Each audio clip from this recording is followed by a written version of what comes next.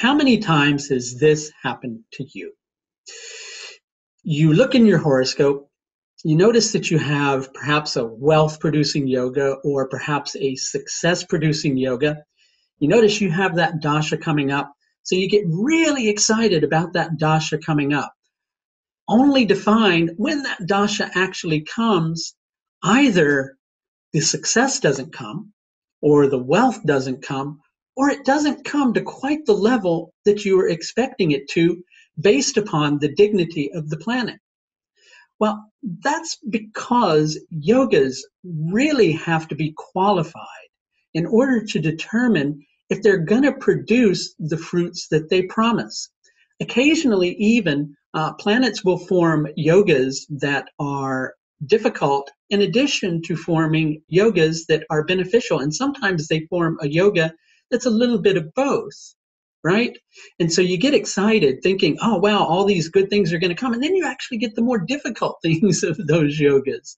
And it's a hard one to fathom, and it gets our expectations up, thinking that something is going to happen. And then it doesn't happen.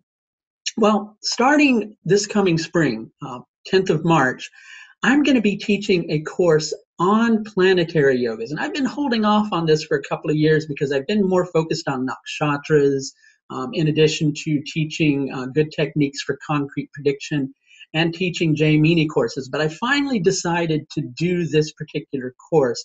Again, it starts the 10th of March, but you can pre-register for this course now. And one of the benefits of registering now, especially if you register before the 14th of December, is that you will get a 15% discount off the course registration fee.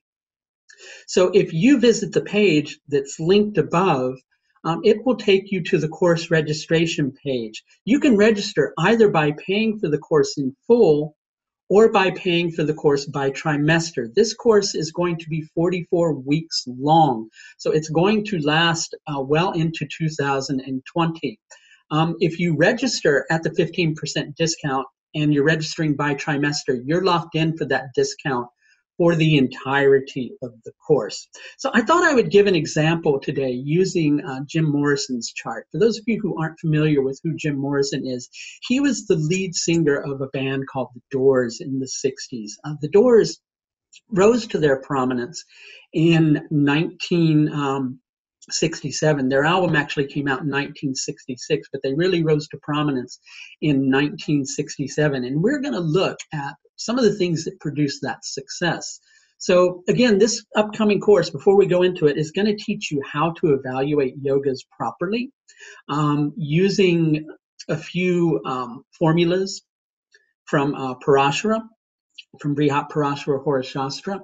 Amongst those are things that involve Uchabala, which is the potency of a planet. It's probably the easiest way to describe it. In addition to Chestabala, which is the confidence of a planet.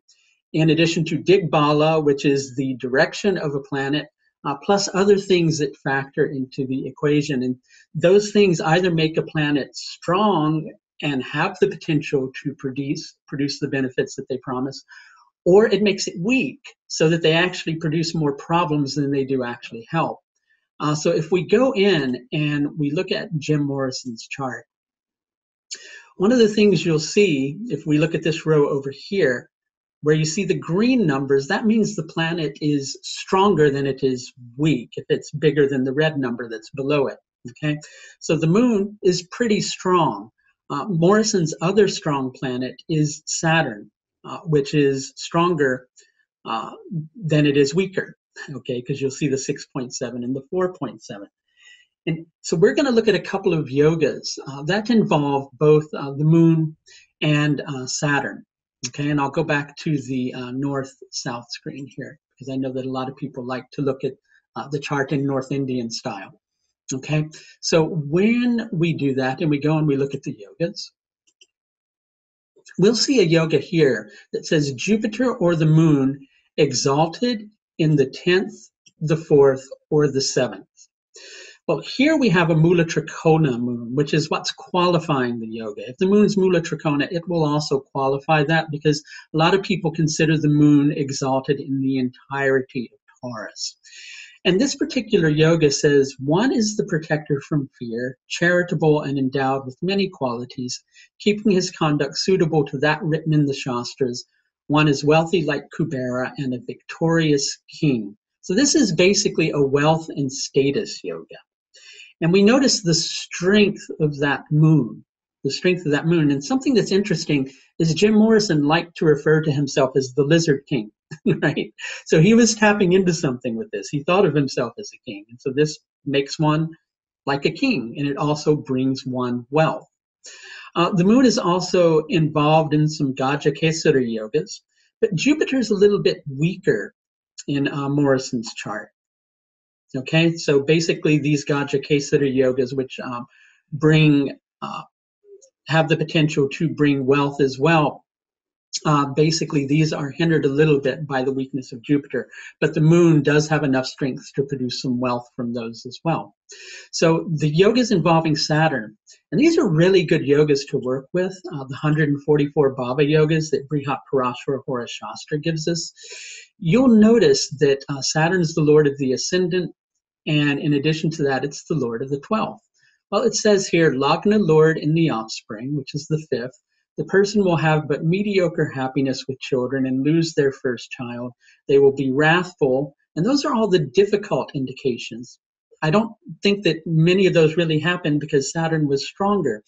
And Saturn, in terms of the positive things this yoga brings, it says, dear to kings and perchance esteemed.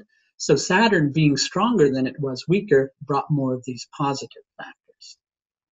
When we go and we look at the 12th, the Lord of Loss standing in the offspring bhava, deprived of offspring and learning, and for the goal of a child there will be expenses to him, and the person roams far to holy places. This is the more positive association of the yoga.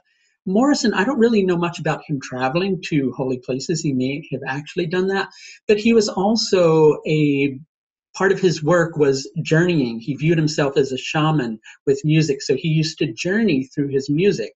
So that in itself is roaming to far and holy places. Now we notice when we look at Saturn, we'll go back to that screen, that Saturn did have some difficult indications too, but it was stronger than it was weaker. I don't know much about Morrison with children, so if somebody else does and they want to comment below in the thread of this video, that's absolutely fine. So the majority of the success with the Doors happened in 1967. That's when they began to have a couple of TV appearances that brought a lot of attention to the band. Interestingly enough, that wasn't Moon Saturn. It was Moon Ketu. And the interesting thing, and something that we'll touch on further on the approaching course, is the fact that the nodes have the potential to produce the yogas of their dispositors. And so here we see that being confirmed, where during Moon Ketu, basically the Doors attained their greatest level of fame. Now, interestingly enough, fame was very difficult for Jim Morrison. He didn't like being in the spotlight. He didn't like being the center of attention. And he especially didn't like becoming like a sex symbol, which was something that happened to him. Later on, he began to resent that.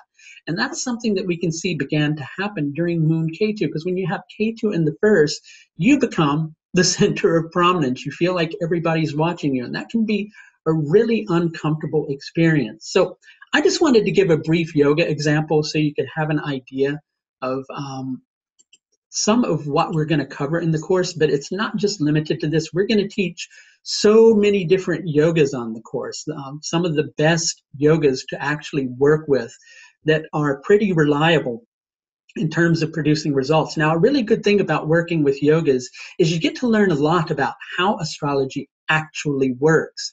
Because if rather than just reading the yoga, if you actually think about what's making that happen through the yoga, you'll actually learn a lot about astrology. And that's one of the good things when you learn how to work with yogas properly. If you don't know how to qualify yogas properly, you begin to think, well, none of these yogas really work. And the reason they're not working for you is because you may not know how to qualify them in the appropriate manner. So if you want to register for my course, which is entitled How to Make Planetary Yogas Work, you can do so through the link above in the video. And do remember that you are able to have a 15% discount if you pre-register prior to the 14th of December. That's going to do it for this brief look at planetary yogas. Until next time, please do take the very best care of yourself. Bye now.